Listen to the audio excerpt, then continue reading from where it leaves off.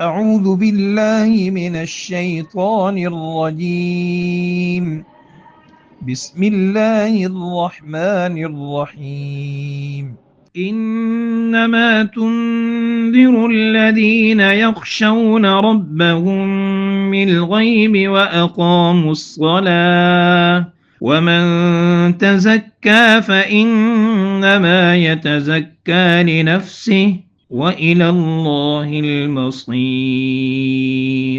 ترجمہ: اے نبی، تمہاری تنبیہ صرف انہی لوگوں کے لیے مؤثر ہو سکتی ہے جو بن دیکھے اپنے رب سے ڈرتے ہیں اور نماز قائم کرتے ہیں، اور جو پاکیزگی اختیار کرتا ہے وہ اپنے ہی فائدے کے لیے کرتا ہے اور سب کو پلٹ کر اللہ ہی کے پاس جانا ہے۔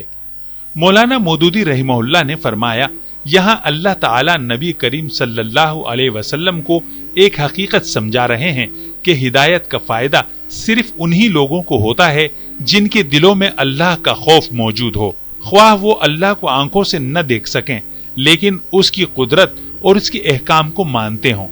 ایسے لوگ نصیحت قبول کرتے ہیں، جبکہ جن کے دل میں اللہ کا خوف نہ ہو وہ تنبیہ کے باوجود بھی گمراہی میں مبتلا رہتے ہیں۔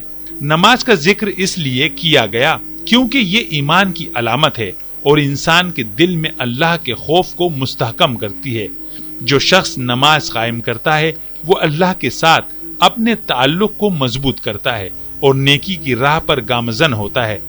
اس کے بعد تزکیہ یعنی پاکیزگی کا ذکر کیا گیا ہے، جس کا مطلب یہ ہے کہ جو شخص اپنی اصلاح کرتا ہے، اپنی روح کو پاک کرتا ہے اور برے اخلاق اور اعمال سے بچتا ہے، وہ دراصل اپنے ہی لیے فائدہ اٹھاتا ہے۔